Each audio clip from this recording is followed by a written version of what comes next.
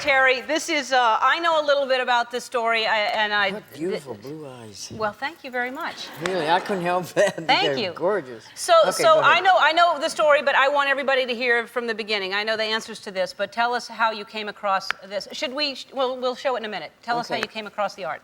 I have a friend that was down in the dumps. She'd lost a child, and I had gone out to buy some hay for my son's horses, and across the street was a brand new thrift store that I'd never been to, and I know all of them in San Bernardino.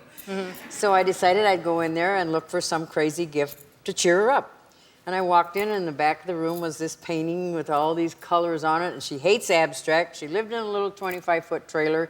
I wouldn't go through the door, and if it went through the door, there's no wall, right?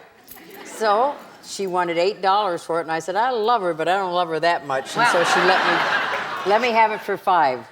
And I took it to her place, and we sat out there and leaned it up against the trailer, and we got to drinking beer, and we were going to throw darts at it.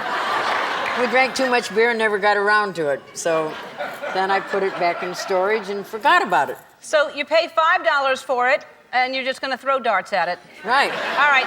So, and at what point did you realize then that it was worth something more than throwing darts at? About 8 months later, I had to get rid of my storage shed. I couldn't afford to pay for it anymore. So I told all my friends, come on over, and I'm going to give all my good junk away. And a friend of mine was dating an art professor, and I said, have him come over, and I'll give him a canvas. Maybe they can use it in school or something.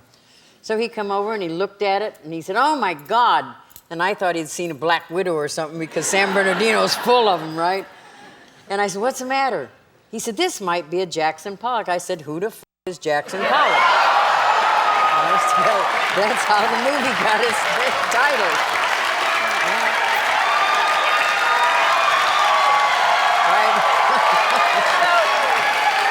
All right. Obviously, this is not a Jackson Pollock. This is a photograph of you, because you have that tucked away somewhere. Right. All right, so this is what it is, though, basically. And it's this big. It's this size? Right? It's this size? Okay, right. So what's amazing to me is how people are not believing you, because you've got so much evidence already. Tell people what you've been doing to prove that this is, because it's not signed. No, it's not signed, and Pollock rarely signed his work because his paintings were his signature. So you've learned a lot about, you know who I'm a better now. expert on Jackson Pollock than those that say they are. Yeah. So, Yeah. But I went through forensic science to get it authenticated, and a print was discovered on the back of my painting, and the Peter Paul Biro, who is my authenticator, went out to the studio and found a print on a paint can, a Duco paint can. He also then went to the Tate Museum in London and located a print on the painting of a naked man with a knife.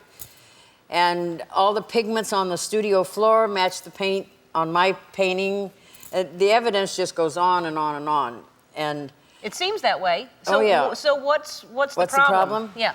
Well, the art world doesn't want to accept.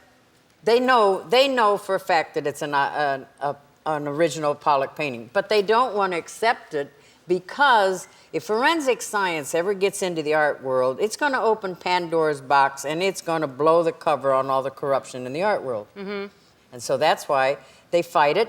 Collectors don't want it in there because then they're afraid that the paintings they got on the wall are fakes. So they fight the forensic science. It's not because it's not a Pollock. They know it is. So you've been offered, first you were offered $2 million for it. Then you were offered $9 million for it. Now, I assume that would do lovely things for your life. Not principle-wise, it won't. So you just on the principle alone, you think it's worth how much? I don't think it's worth a dime myself. Yeah. So you don't like it? No. You still don't like it? No. Well, take a look at it. Yeah, well, that's the thing You know what I learned about abstract? Now, you have to visualize this, right? He had cans of paint and all this, and he put sticks in there and turkey basters, and he squirted it all over his canvas. Well, I read about abstract artists, and why people buy paintings like this is because they want to get into the trauma of the artist that did it. Well, don't you have enough trauma of your own that you want to get into somebody else's trauma? Yeah, that's a good point. Right. That's a good point. So it never made very good sense to me. So what is it worth? David Geffen just sold one for $140 million, the highest priced painting. Right. that was ever paid, which matches this. If you put them together, the lines all mingle. The colors are different, but they're very similar. That's all right. So yeah, that's right there, right. That's the one on the polish. I don't know number which 5. side mine. Yours oh, is that there. one's on that and side, then, okay. And then Geffen's is the one, Right. number 5. Right. Yeah. So it seems like David Geffen would want to buy it and turn it around. And, No, he's selling all of his. yeah. Yeah. So you know the people that are buying. No, I don't. All right. Well, I'm going to see if I can help you because I think you know, this is crazy. I mean, there are It is fingerprints crazy. and there. It is. To me, it seems like it's a you know given. what I call it, Ellen, is a travesty of justice. I have numerous cases laying on my desk right now of people that have a Michelangelo, a Cajal, a Picasso, a Turner, and they can't get into the auction houses or have anybody in the art world talk to them. And they have provenance, they have more evidence than what I do. But the common person cannot get into the art world. You can.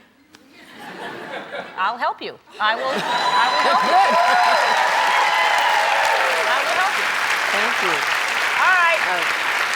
It's an amazing story, it really is. Now listen, seeing as you never know what I mean, that's why we go to thrift stores. I do it all the time. I love finding things, and you never know what something's going to be worth. I want to give you something, and I'm not saying what it's going to be worth. At some point, it may be. Bring it on out. I want to give you. It's original. Oh! That's yours. I love that. They're getting the copies, but you're getting the original. That is a darling picture. All right. Thank you so much.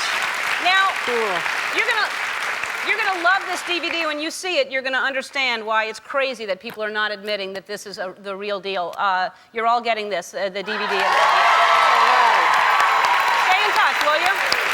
All right, we'll be back with Mike Myers after this. Don't go away.